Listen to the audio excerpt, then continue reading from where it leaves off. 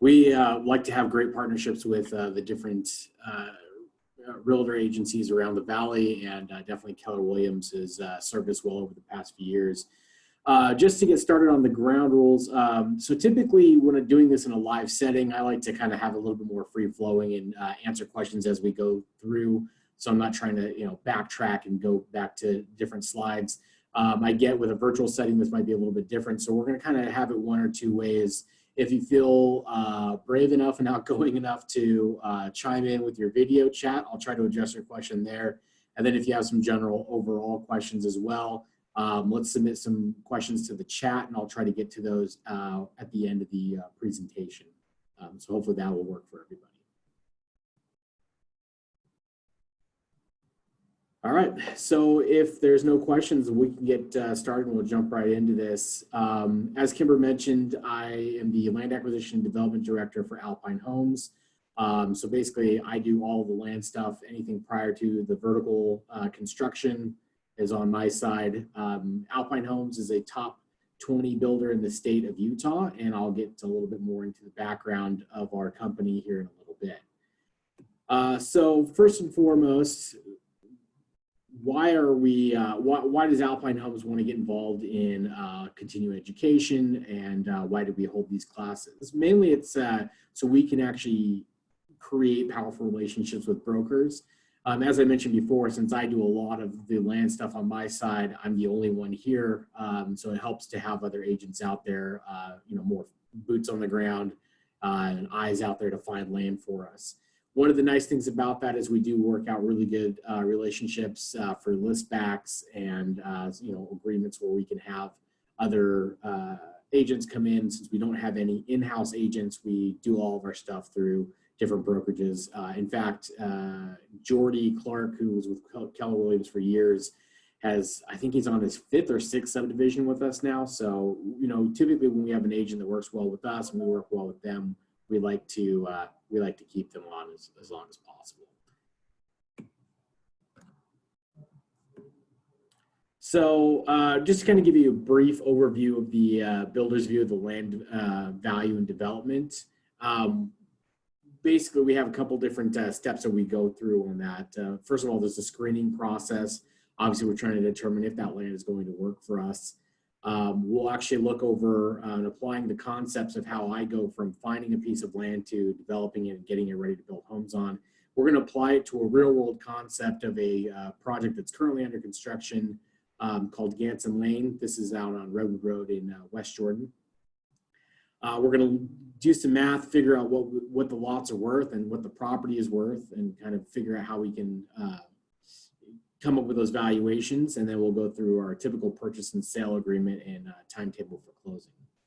One of the really good benefits for agents on this is if you have a client that has a house and maybe they have 5 acres attached to that house and they're trying to sell that house, you can actually talk to them about hey, you might actually be able to get more money for this based on this. We can walk through that process with you as well. So to kind of give you the brief background, as I mentioned, Alpine Homes has been in the Utah market since 1994. We are a privately owned company from a father and son team out of Seattle. Our parent company actually has 3 total builders, 1 in Portland, Oregon, 1 in Seattle, and then here in Utah as well. This map kind of gives you a brief idea of different areas that we've built before. So typically we're in Davis, Salt Lake, and Utah counties. And we're just kind of running along the Wasatch Front there. So some definitions to be aware of that we're going to talk about in this presentation. Some of you might be aware of, some of you may not, but we'll just kind of briefly run down those so you can get an idea. So there's a raw land value, the finished lot value, subdivision value, land developer. This is somebody that finishes lots for profit, a home builder, obviously somebody that builds houses for profit, entitlements, so that's the approvals and the survey, everything that you do on the city side, and then land residual analysis. So to begin the screening process, obviously you've heard the term location, location, location.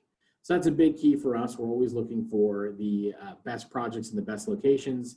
So at the end of the day, people are going to want to buy a house where they want to live. We're going to want to look to see what it's zoned for, how many lots you can get on the property. This helps us get our unit count so we can determine how much we can pay per unit and get an idea for how many units we can add there. If it's not zoned appropriately, let's say it's zoned commercial or industrial or manufacturing, this helps us determine conversations with the city to see if we can get houses on there, get residential on there. What do we need to change the zone to? How likely is that? Access to the property. This is obviously if it's something that's landlocked and you can't get a road to it, you can't get utilities to it, not going to be a very good property to develop in the interim. Maybe something you want to look at later on down the road as access, roads, and utilities get built out to that property. Topography, obviously we want to know if it's buildable. If it's more than a 30% slope, it's not like we can even build anything on it. If it is hilly, then yeah, you have to put in some numbers for different foundations, different dirt work, mass grading, etc. Environmental, a lot of the stuff on the west side of Salt Lake Valley has copper mine tailings, so you have to cure the soil for all sorts of issues such as arsenic. So you always have to look into that, whether or not there are existing environmental things on the property, such as asbestos in old buildings that were torn down. And then, like I said before, are utilities available? Is there sewer? Does the sewer meet the capacity? So even if there's sewer available, sometimes you have to upsize the pipe because you're adding too many units onto an existing line. So that's something you have to also figure out. Then obviously the geotechnical report, depending on the soil's quality, that can really determine how expensive it is for you to basically build the property out. Typically what we find right now is a lot of these sweet spot areas in Salt Lake, Davis, and Utah counties have been built on, probably because it was the most cost effective to do so. Everything that we see now is either built down by the lake, so it's a little bit more wet and marshy, higher water table, or it's up on a hillside, a little bit rockier. So what are the houses selling for in the area? That's ultimately our exit strategy. So we want to look at, what are the houses selling for? Ultimately, what's the end price to the end user? And that determines what we can pay for the land and everything else in between. So as I said, we'll be applying this to a real world project that we're actually took us a couple years to get through, and I'll kind of show you the timeline of how we did that. This is a subdivision off of Redwood Road in West Jordan that we are currently for sale on right now. We've had some pretty good sales activity even in the midst of all this crazy pandemic stuff. So this kind of gives you the outline of what the property looked like prior to the development of the residential units. So this was about 6.5 acres. It was zoned professional office space. Sorry, it was zoned agricultural, but the future land use on it was professional office space. So as you can see, there was some demolition that needed to take place. There are a few homes and outbuildings, some trees, etc. So a big part of this, obviously the city wanted us to stub this 8660 South Road into Redwood Road and make a 4-lane intersection. We had to do some traffic impact studies. We had to determine whether or not we had to install a traffic light, which installing a traffic light on Redwood Road is a very expensive endeavor. So if you guys are ever faced with that, just know that that's a costly process. And so that's something that we obviously had to negotiate with the city of Utah on. As you can see though, in terms of access, you have a lot of great access to different roads. Utilities are out here in the main road at 8660 South, so they're easy to access. There are a number of different caveats that go into that. Obviously, there are cap rates on how many units you can get if you don't have an ingress, or sorry, if you don't have an egress. So anything above 30 units, you have to have an ingress and an egress for fire safety. For this subdivision, it was hard to get, the UDOT wouldn't allow us to put 2 roads out to here. And this was a private subdivision that we had a difficult time coming to an agreement on over to the east. So we ended up having to just do an emergency access gate to meet that requirement. And I can kind of show you a little bit more about that in a minute, but that kind of gives you an idea of the different pitfalls that you run into in developing something.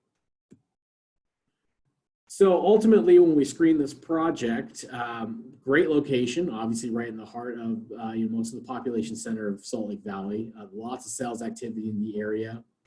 Access is easy. There's 2 stub roads into the property, and it's right off of the main thoroughfare. The zone at first did not work for single family housing, but we did not remove our feasibility on it until we got the rezone approved from the city. So we can walk through a little bit more about how that process goes on our purchase and sale agreement. But ultimately, once we got it to that point, the zone did work for single family detached housing. The topography was generally flat with a slight slope, and there were some irrigation ditches throughout that we had to obviously mitigate and pipe some of those to make that work. The environmental, we determined could be an issue, but we had a budget for some asbestos removal. Homes built prior to 1974, a lot of them did not adhere to those asbestos guidelines, and so anything built before 1974, typically, unless it's been completely gutted and remodeled, you're going to have to do asbestos mitigation on it. So you just have to factor that into your timing and your price of your demolition. Utilities were already stepped to the property, so that was good. There wasn't a lot of offsites that we had to bring in. And then at the time, the existing home prices for what we were trying to build were in the mid 3s. Luckily for us, that's gone up a little bit and held steady, and so that's one of the positives. But you can see quickly how if you are operating on small margins and those numbers and housing shift at all, it can be a very precarious situation for the developer.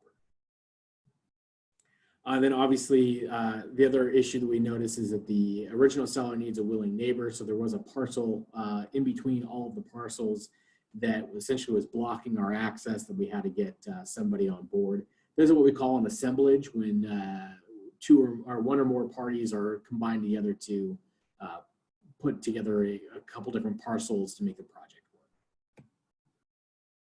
So this is ultimately what we came up with the general overall plat map. As you can see, we opted to go with private roads, which would allow us to do a little bit less conventional things.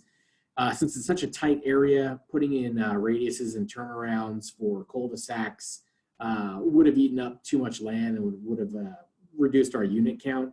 Since the city was requiring us to put in this public street at 8660 South and all the different things that go with that, the increased costs that did not necessarily directly benefit the community were to such a point that it became cost prohibitive to do anything less than the unit count we were trying to get to.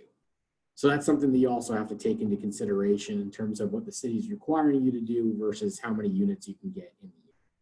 So we're ultimately able to get 48 units in here with some open space, park space area that actually provided a pretty nice community.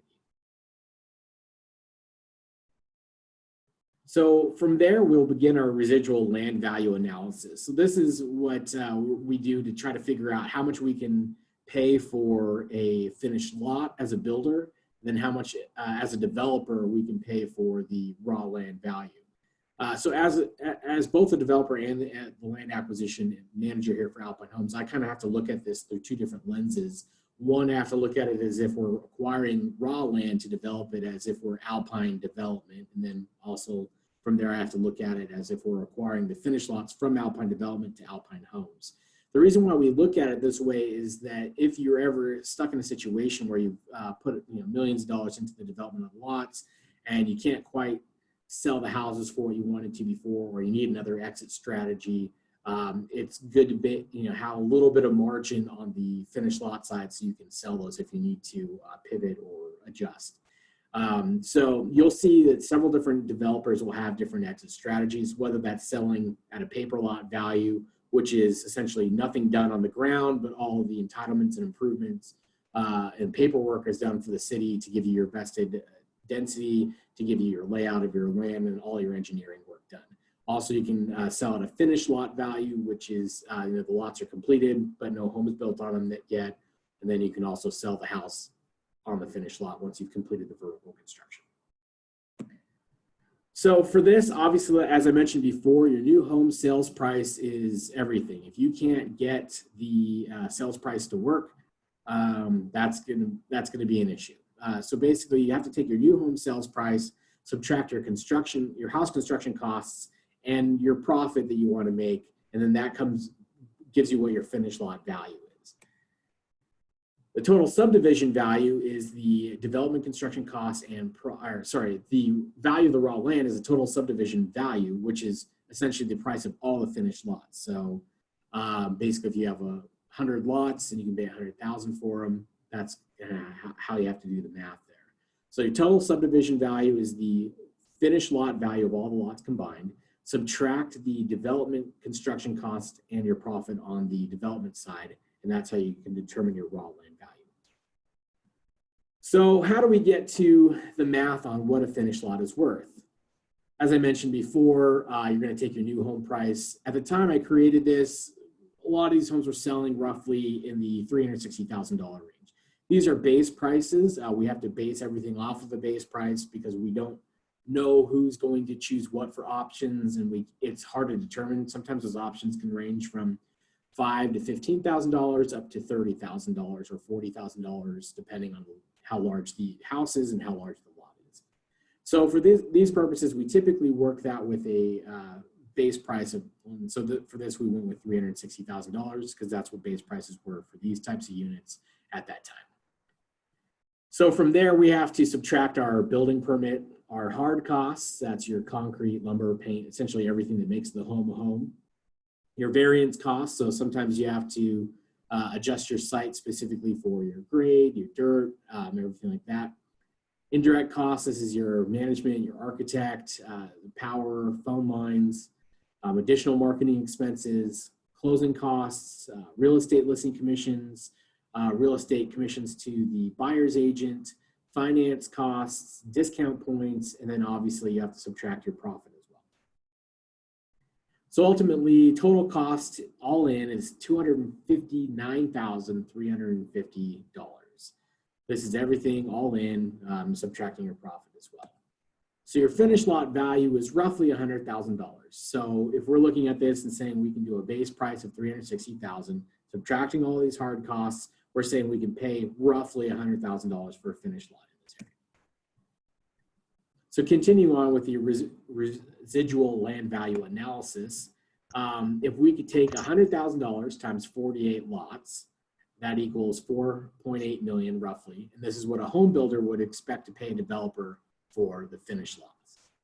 Hey, Stephen. Yeah. Emily Lowry here. Hi, how are you? Good, how are you? Good. Hey, are you able to share these slides? I think that last slide was super helpful. I get a lot of our agents that have, clients who say, hey, I'm thinking about potentially developing this land. What would be a rough estimate of what I could develop it for, or am I better to sell it as raw land?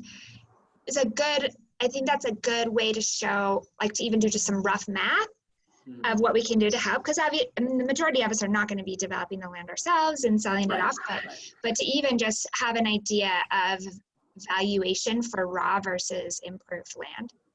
Yeah, happy to share that with you. Those numbers are probably not accurate anymore. They were accurate at the time, so just keep that in mind. But yeah, but that can give you an idea of all the things that you need to look into in terms of coming up with those numbers. That's awesome. Thank you. Yep. So if a developer can expect to receive $4.8 million for 48 lots in subdivision, what can they pay for the raw land? So obviously this is backing it all the way down to prior to any development on the property. And then this is where we'll complete the land residual analysis. So what is the raw land worth? Well, you're going to take your value of the subdivision, so the $4.8 million that a builder would pay for all the finished lots in the subdivision.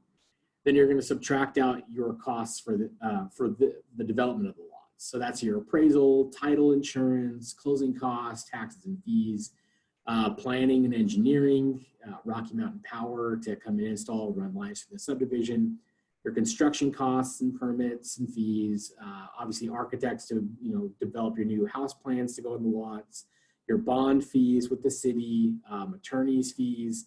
Then obviously the big number that's your plat construction. This is $1.5 million roughly to put in your roads, sewer, storm drain, water, sidewalks. And I think this one even has some landscaping and amenities costs since we were required to do so to get the density we needed on here. Cost of financing. So a lot of times as developers, you're doing this as an A&D loan through through a lender, and this is the cost to finance that. And then credits, we didn't have any credits on this property, but what credits are is if you're upsizing a sewer line for future development, or you're bringing a water line off-site, from 1.5 miles away, you can get credits from the city to pay you back for some of that off-site infrastructure that the city was going to have to get to anyway. Whether that's a credit on your building permits or whether that's a credit on future development from other builders that can do payback agreements, that's kind of how you have to look at those. We typically like to stay away from those because those don't pay out very well in the short run. Sometimes it's a 20, 30-year payout. So just kind of keep that in mind. And then obviously the developer's profit. Typically developers try to make anywhere from 10 to 20% on the development side.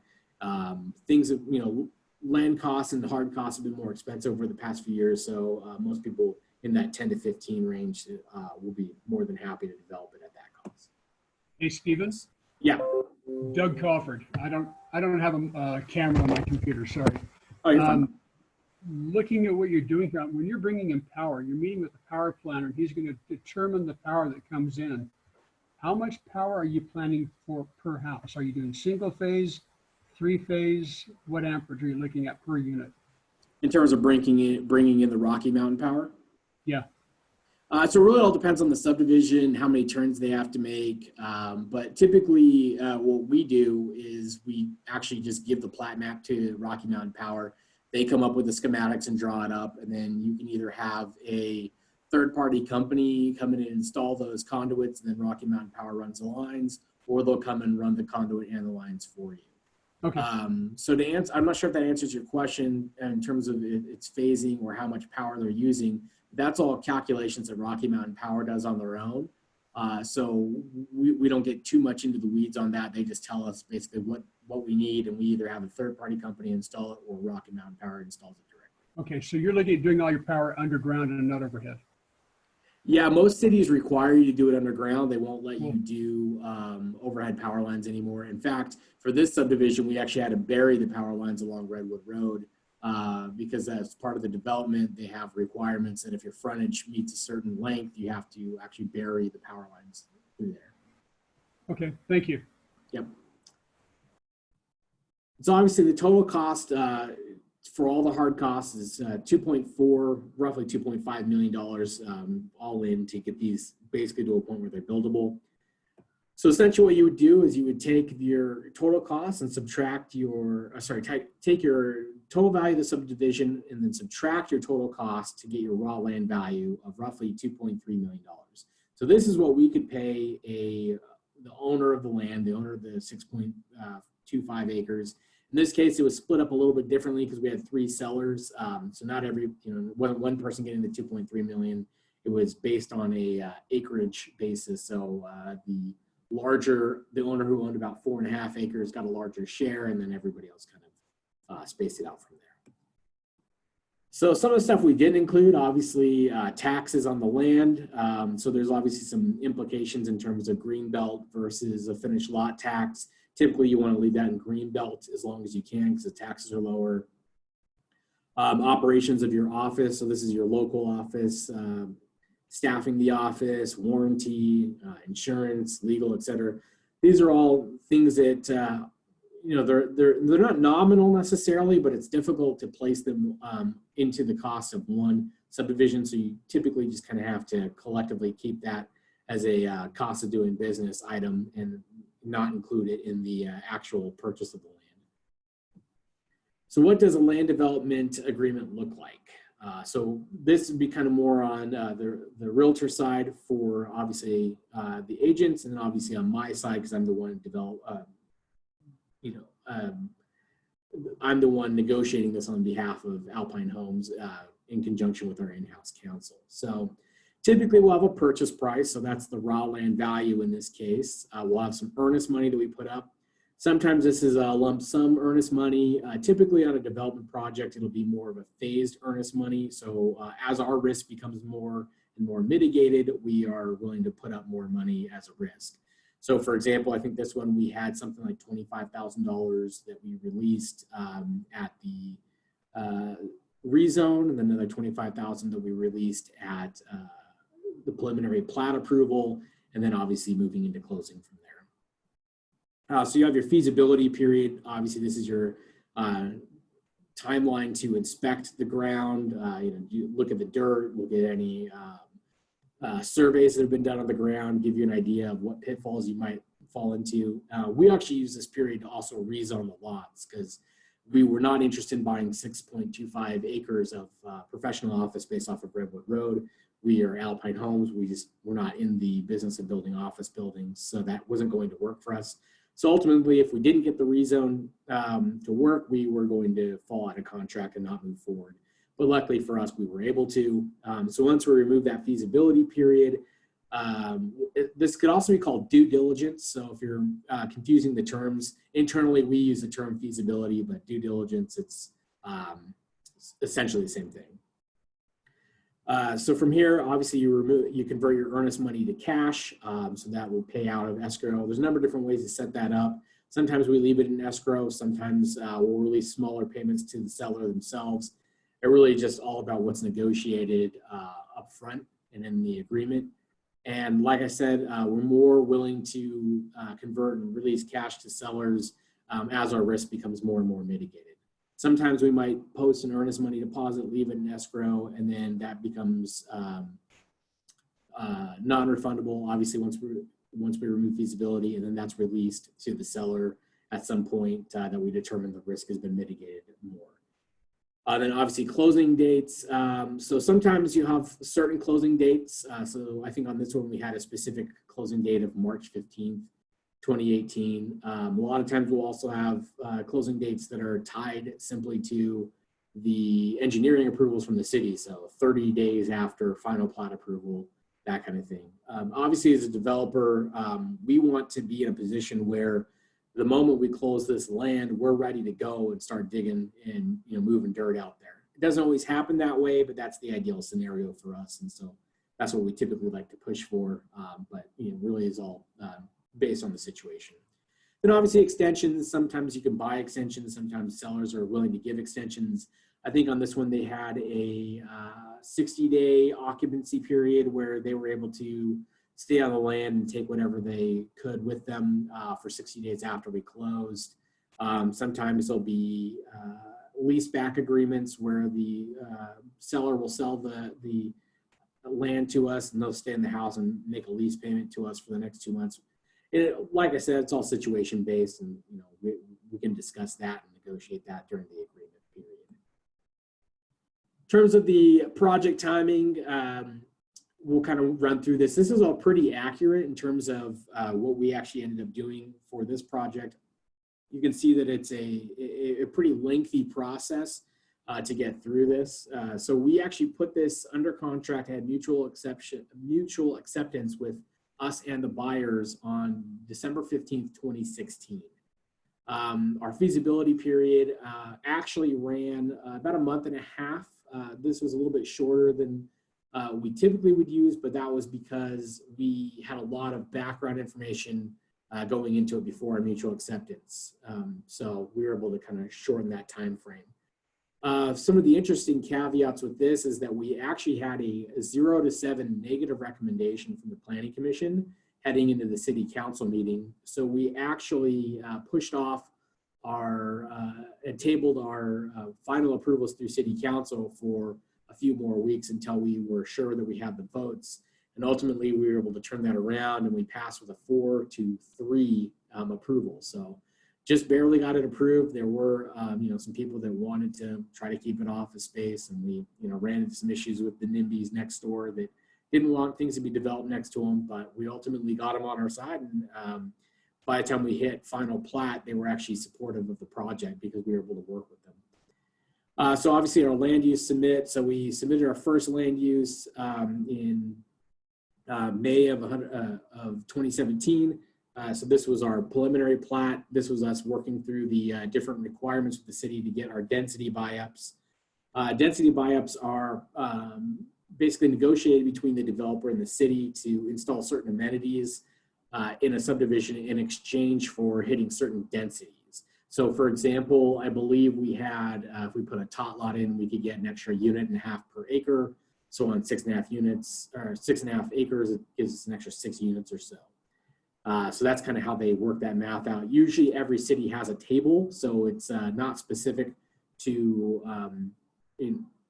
usually specific to a specific city, not generally applied. And then a lot of cities actually have different tables based on their zoning. So this was actually zoned to a PRDH, which is a planned residential development high density, which allowed us to get a density anywhere from 5.5 units per acre to 10 units per acre based on that density buyout. But I think we ended up somewhere in the neighborhood of 7.5 units per acre. So from there, you can see, obviously there's land use approval, engineering submittals, and then we finally got our engineering approvals in 2018 just after we closed on the property. We went back and forth a little bit with some of the engineering work, and then we finally got our pre-con meeting or pre-construction meeting scheduled in September of 2018. So even though we closed on the land in March of 2018, 6 months later, it still took us a while to get our everything in order because there was some ongoing issues. This one was probably a little more complex than most developments would be.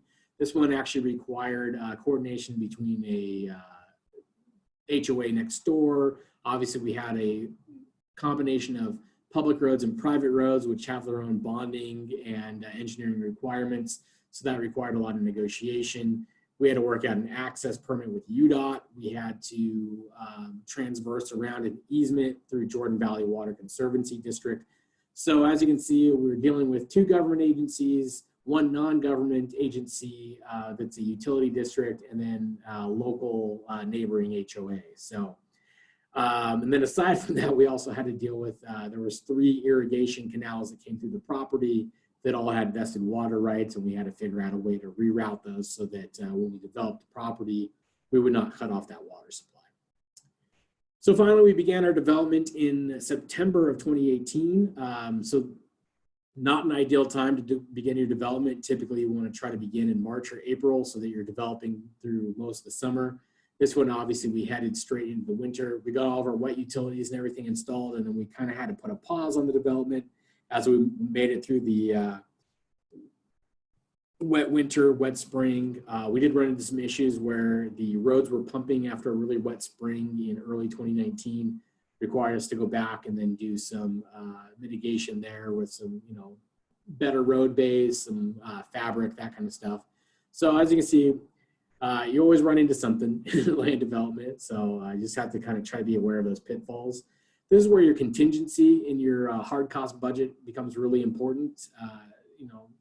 Typically I'm somewhere between 10 to 15% of my contingency. I don't think I've seen a project yet where I haven't used at least most of that contingency on the development side, just because there's stuff that you run into that you just can't account for until you're into the dirt digging around. So we completed our development in August, and then we began our home constructions last fall. And then obviously this is all contingent upon the market. And then we're hoping to finish our house constructions sometime in late summer, early fall of next year. So what's the developer's risks? Obviously, costs rising faster than house values. So, we've seen labor shortages, we've seen costs increasing. It's hard to lock in your hard costs on your house when you can't get cabinets from China anymore. And now you have to pay a little bit more for the American-made ones, which, that's nice. And we like to have those American-made products as well. But at the same time, it does throw off your budget, something that you maybe weren't accounting for. Subcontractor pricing, materials, labor pricing, permit utilities, and mitigation fees. That's never stagnant. Obviously, cities are always finding ways to charge more fees. Jurisdictional changes. This one actually went through several changes in West Jordan. They went from a strong council system to a strong mayoral system where the mayor essentially acts as the city manager now. So you kind of run into stuff like that. The engineer that you were working with may not be working there by the time these lots are developed, and you may have agreed with something with the land use planner, but now that land use planner isn't there anymore, so you don't have it in writing. So all this stuff's really important to take into account. Then obviously the oops factor, as I said before, there's always something that you run into that you didn't know was there. Funny enough, irrigation lines are probably the biggest pain, mainly because they were installed 100 to 120 years ago. They don't show up on ALTA surveys. They have vested rights to use that water, so you can't cut them off. And then usually trying to find the person that knows enough about them is, it's painstaking. So a rule of thumb for me, usually try to look up the canal companies or the water masters, the ditch masters. And if that fails, knock some doors in the area and find the oldest person. That's what we did here. We found a 90-year-old man that lived down the street, and he knew everything about the irrigation ditches, and we were able to figure out how to route those appropriately. But then obviously house prices decreasing. Sometimes you run into pandemics like we're seeing right now. Luckily for us, the house prices have not decreased that much, and we've been able to offset a little bit of that with some incentives. So we've been able to hold those prices steady there. But you can see how, a 2 to 3 year build out for a developer, it's always difficult to mitigate your risks on something like this. So to that effect, that's why we take such a long time during our feasibility process. And that's why we take such a long time to actually close on the ground to make sure as many of our risks are mitigated as possible. So some of the considerations for agents when talking with sellers, obviously you want to know, is there an existing house on the property?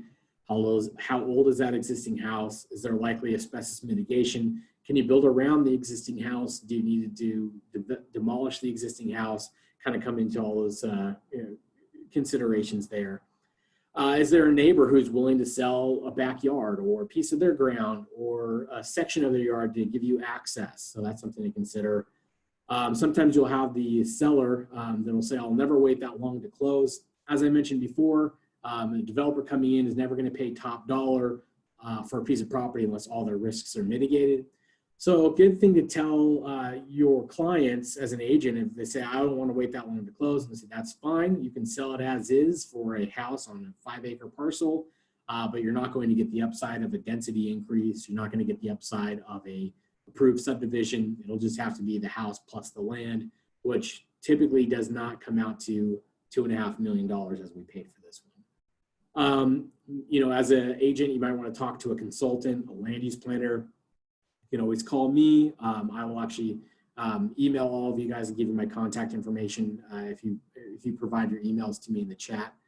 You can call me and ask questions about, if you have a piece of property. Hey, Steve, I've got a 2.5-acre parcel here. What can you build on it? Typically, I have a pretty good feeling for what cities will allow from Davis, Salt Lake, and Utah counties. Outside of that, I'd have to do a little bit more research into it, but always here and I'll always take a look at it. You might want to call the planner at the city, get an idea of what the city would approve. Maybe there's a zoning change that they just approved. Maybe they're in the early stages of approving a new zoning. So that's something to kind of consider. I think, for example, Layton, on the west side of Layton, they're actually in the process of revisiting their general plan to allow for more density on the west side, since they're bringing in a larger road over there to improve that Davis County Parkway. So that actually probably increases the value of some of the land. Even though it's not in place yet, the city will still approve a lot more dense housing out there than what was previously thought. And then obviously, you can list the parcel, invite some proposals from different sellers or developers. And then obviously you try to negotiate for list backs. If you're selling as an agent, working with a developer or working with a home builder developer, always ask for those list backs, because that's a way for you to obviously improve your situation in the project and obviously control that moving forward. So obviously I think most of you guys are aware of that term list backs, but essentially what that is if you bring a piece of property to somebody that doesn't have in-house agents, what we typically do is we prioritize that agent as being the listing agent in that community. Now, there are some caveats with that. Inevitably, if you just can't sell new houses and you're not very good, we are not going to want to have you be our listing agents. But most of the time, we see the people that can put together these land deals are really good agents, and they're really good at selling and representing buyers on both sides. And they're teach you how to be a good agent. What's that? I'll teach if you're interested in a land deal, I can teach you how to be a good model home agent. So there you go. So Emily's gonna do her own CE class about being a model home agent. Yes. So there you go. So if you have any questions, ask Emily. She'll help you there. So But I don't know how many of you know Emily's background, but obviously she's listed homes for a bunch of different builders in the Valley. So they're obviously a really great team for that. So just to kind of give you some of the background on this, to kind of give you an idea of how you can maximize your position here with the list backs, this is typically what we offer for a lot of our agents. So let's just say the new home price is $360,000. Obviously, that's a base price. That number could vary. We typically pay our agents 2% of the sales price, and then obviously we subtract out a marketing contribution for utilizing our model home and that sort of kind of connection there. We do provide a lot of marketing materials such as literature, base price listings, options and standard listings, that kind of stuff. And then the buyer's agent, obviously, they come in on the other side here, and then they get paid a little bit more in terms of their commissions. That's just typically what is negotiated in. I believe that's closer to 3% on their side. And then this is where your total listings commissions are. But we're finding about a third, actually getting closer to 40% now, are double-sided, meaning that the listing agent is working with an agent or working with a buyer that does not have a buyer's agent. And so they're able to get a 4% double-sided commission on there. And you can see those commissions on 48 homes is pretty substantial. We typically leave this up to the agents to kind of police this on their own. We do see situations where a buyer comes in 2 or 3 times. They don't have an agent with them. And then all of a sudden, Aunt Margaret has a license, and then somehow she's miraculously the buyer's agent. Typically, we kind of frown upon that because obviously if they weren't there for the first interaction, they're probably not actually the buyer's agent, and they're just trying to work out a deal with a family member. But like I said, we try to leave that to our listing agents to try to police that the best they can. And our agents do a really good job of that, trying to, obviously account for, people that have, buyer's agents on their side, and then obviously trying to negotiate things to do double-sided listings. But like I said, we're seeing it more and more where millennials are having less and less buyer's agents, and that's just kind of the trend that's moving that direction. So just kind of be aware of that. So I'll now open it up to some questions. Obviously, we'll get to the chat questions here in a second, but did we have anybody who wanted to video chat in and ask any questions?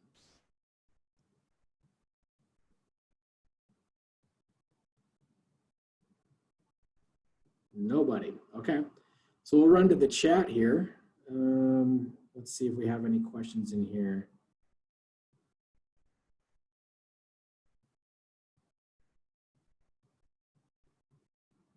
Okay, I am not seeing any, but I will post.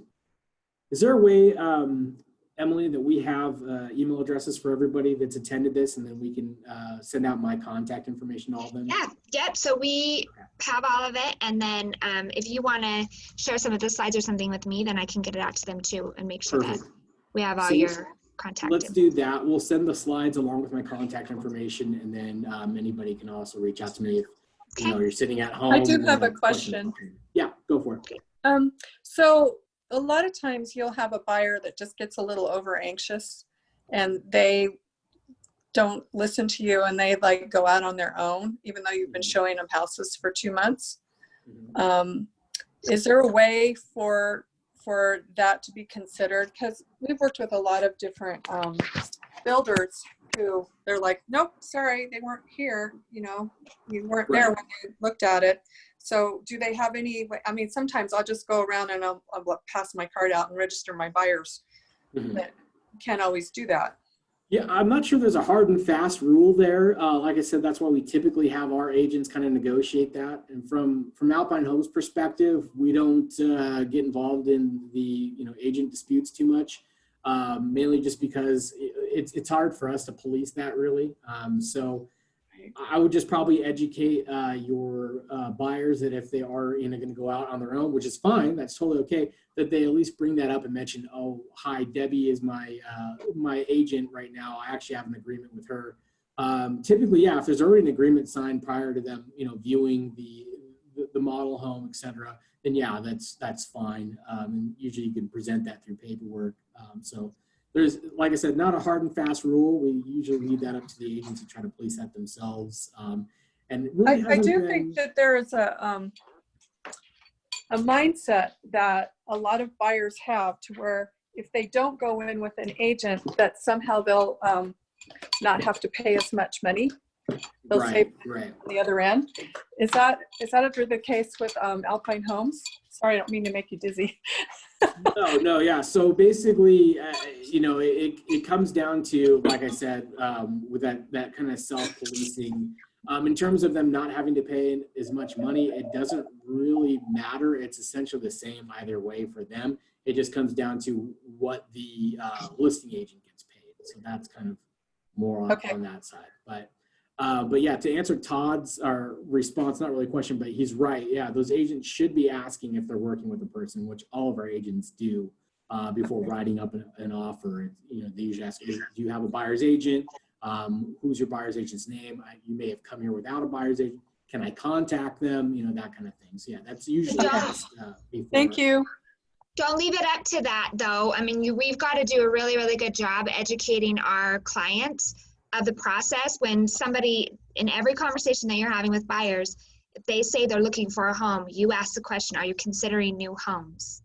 If you go buy a model home, I want to show you new homes. I can help you with new homes. If you go buy without me, I may not be able to help you. So please let me know and let that agent know. I mean, I just think if everybody's super open on all the sides, are communicating on all the sides of it, and that we're the ones bringing up the conversation rather than them bringing the conversation to us. Because truthfully, if they went out and found their own house and didn't use us at all and went through the whole process, there's a debate there on if we should get paid or not. We have to be diligent at making sure that we're communicating with our clients all of their options, including new construction, and being ahead of it. And I think that just comes down to being proactive as an agent. Obviously, if you've got somebody that signed an agreement with you that you're their agent, you know, following up with them constantly, you know, even if they've gone dark a little bit, you know, seeing how they're doing, asking if they need anything, that kind of stuff. So yeah, proactivity is obviously the way to go on that. And honestly, if you are proactive, me and Emily Hayes just had a client randomly go off the street. Even though we were proactive, we told them about new construction, and they just wandered in, and the agent never asked them if they were working with anybody. And so when we followed up with the agent, they, you know, to their discretion said, well, no, you weren't here the first time. And so sometimes and that that's does just happen. It's definitely it's just and it just happens no matter how well you train your buyers. It does. But then what you do is you call me, and then I call that sales manager, and then we work it out. So Bobby's working on it, Todd, for you guys, but we can usually come to a. Oh, and I just wanted to share that. So, because I mean, even if you do everything perfectly, there's still always going to be something. That Absolutely. Yeah. And I think that's right, Todd. I mean, there's always those situations that they pop up every now and then. Luckily for us, that seems to be more the exception than the rule. But yeah, I mean, that's where, you know, obviously your brokerage and other agents can get involved. And usually there's always a deal to work out. So I think ultimately, you know, nobody wants to undercut the other, that kind of thing. But what we do want to try to avoid is, you know, people that come in and then all of a sudden, you know, after they've already signed the agreement, you know, 10 days before closing, all of a sudden there's a buyer's agent now, because that buyer's agent said, well, actually, I'll split the commission with you, that kind of right. thing. That just gets hairy. So. And that actually really does happen. So yeah. This is super helpful for me. How about you guys? I've been in this doing new construction for 16 years, and I learned a lot of the basics on the land, you know, some stuff that I had forgotten or didn't know. So thank you. It's super helpful for me. Yeah, the math numbers and how it actually gets solved. Yeah. Is really interesting. Thank you very much. Thank you, guys. Okay, I've got everybody's name recorded, so we'll get those hours submitted to Steve, and then he'll get those over. Perfect.